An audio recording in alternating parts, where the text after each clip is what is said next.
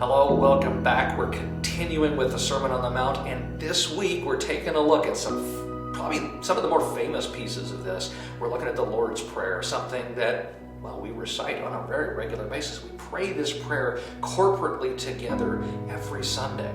So this will sound familiar as I read from Matthew chapter 6, starting at verse 5. And when you pray, you must not be like the hypocrites, for they love to stand and pray in the synagogues and at the street corners, that they may be seen by others. Truly I say to you, they have received their reward. Doesn't that sound like what we just talked about last week? Very familiar. But when you pray, go into your room and shut the door and pray to your Father who is in secret, and your Father who sees in secret will reward you. And when you pray, do not heap up empty phrases as the Gentiles do, for they think that they will be heard for their many words. Do not be like them, for your Father knows what you need before you ask Him. Now, I could read the Lord's Prayer to you, but that's familiar. And in fact, I want to focus today on the context of this prayer and noticing, again, Jesus is pointing out, your prayer is not a performance.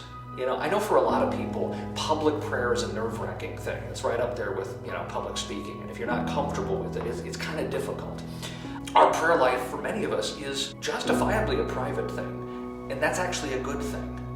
Jesus was pushing back on the Pharisees who would publicly pray, and they're raising their hands and, "Oh Lord, I beseech you." And they're using all this lofty language, as he talks about heaping up words.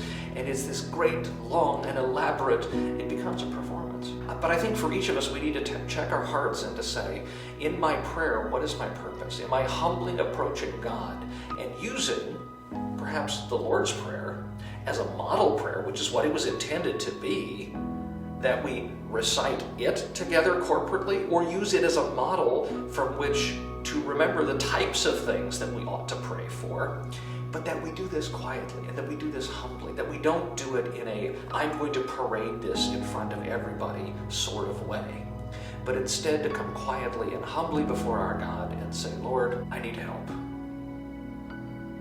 You are my God. You are the source of all truth.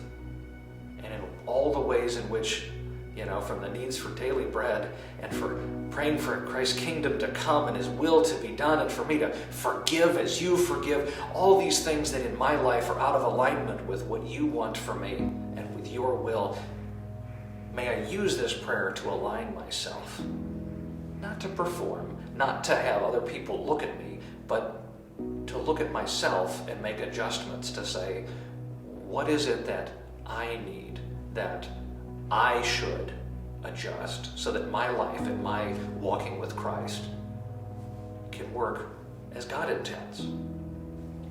Blessings. We'll see you again next week.